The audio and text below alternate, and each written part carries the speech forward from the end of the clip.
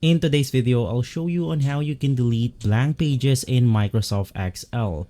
Now, this is going to be a problem, especially if you're printing your Excel into your printer. If you click on the Control P right here, which is going to be print, you will be able to see a lot of blank pages here on your Excel.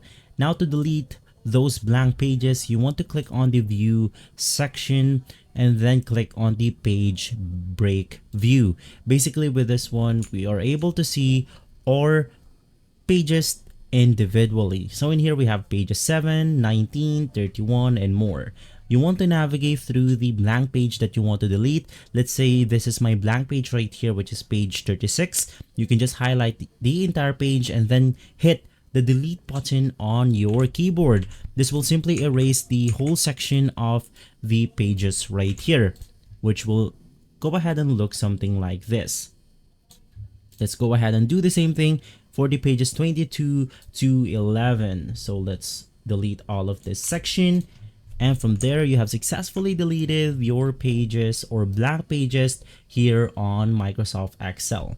If this video has been helpful, leave a like, subscribe, and follow Guide to Everything for more videos like this. Thanks for watching.